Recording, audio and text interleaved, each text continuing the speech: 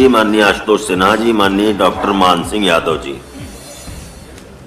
मान्यवर, भारतीय जनता पार्टी के चुनाव के पहले शिक्षा मित्रों को स्थायी करने का वादा किया था, परंतु वर्तमान भाजपा सरकार शिक्षा मित्रों के साथ सौतेला व्यवहार कर रही है। न्यायिक प्रक्रिया में शिक्षा मित्रों का सहायक अध्यापक के पद पर समायोजन को उचित नहीं माना, किंतु उनके सेवा काल को देखते हुए सरकार को समान कार्य का समान वेतन मानदेय देने की छूट है। आज लाखों शिक्षा मित्र जीवन की अस्थिरता और अवसाद में जीने को मजबूर हैं। सपा सरकार ने शिक्षा मित्रों को समायोजित करते हुए ग्रामीण क्षेत्रों में 28,528 रुपए तथा शहरी क्षेत्रों में 29,878 रुपए प्रतिमाह भुगतान किया था। न्यायिक प्रक्रिया के आधार पर शिक्षा मित्रों का समायोजन निरस्त हो गया है, जिसके कारण शिक्षा मित्रों का मानदेय पुरानी व्यवस्था के अधीन हो गया।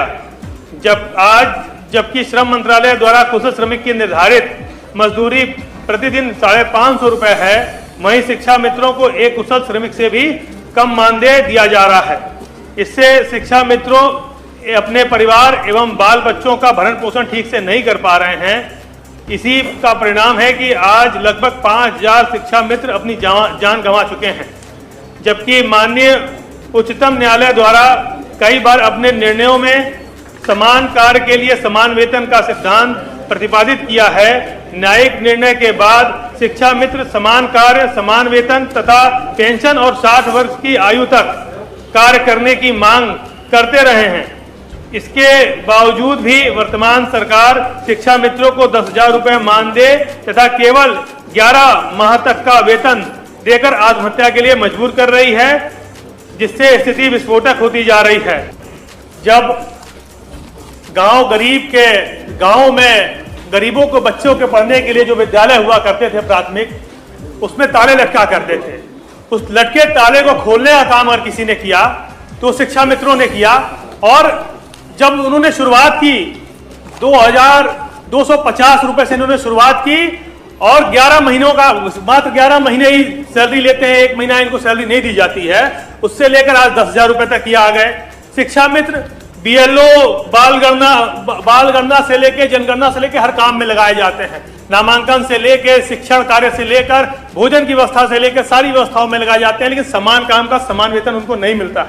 हमारे आदरणीय प्रधानमंत्री जी 2017 का जब चुनाव चल रहा था तो बनारस की रैली में उन्होंने ये बात कही कि अगर हमारी सरकार बनेगी तो कोर्ट उनके साथ न्याय करेगा कि नहीं करेगा, लेकिन भारतीय जनता पार्टी उनके साथ न्याय करेगी। उनके कहने का मतलब यह था कि जब उनकी सरकार बन जाएगी तो कोर्ट के बियॉन्ड जाके अध्यादेश लाएंगे और अध्यादेश लाकर उनको नियमित करने का काम करेंगे। और माननीय सभापति महोदय, एक बात और बताना चाहता हूं, पूर्व नेता सदन थे दिनेश शर्मा जी, शिक्षा मित्रों के मामले में एक कमेटी बनाई गई थी जिसके चेयरमैन वो थे। उस कमेटी का क्या हुआ आज तक हमें लग रहा पूरे सदन में किसी को नहीं जानकारी होगी कि उस कमेटी का क्या हुआ। मैं 2-4 मांगे बस रखना चाहता हूं शिक्षा मित्रों की। हाँ सर, मांग रख रहा हूं सर। संशोधित, मैं बस इतना ही कहना चाहता हूं कि संशोधित अध्यादेश लाकर पुनः अध्यापक के पद पर इनको बहाल किया जाए। भारत के राजपत्र 10 अगस्त 2017 लागू हो, समान काम का समान वेतन मिले, 62 वर्ष हेतु इनकी नियमावली बनाई जाए। NCTE के 23 अगस्त 2010 के पैरा 4 में संशोधित करते हुए शिक्षा मित्रों को अध्यादेश लाकर TET की परीक्षा से छूट प्रदान की जाए। जैसा कि मान सिंह जी कह रहे थे, शिक्षा मित्रों की मृत्यु हुई, उनके परिवार को सरकारी नौकरी मिलनी चाहिए। और आंदोलन जो लगातार शिक्षा मित्र कर रहे थे, उनके ऊपर जो मुकदमे दर्ज हुए वो सारे झूठे मुकदमे सरकार वापस ले, मातृत्व अवकाश भी मिलने का काम शिक्षा मित्रों को हो।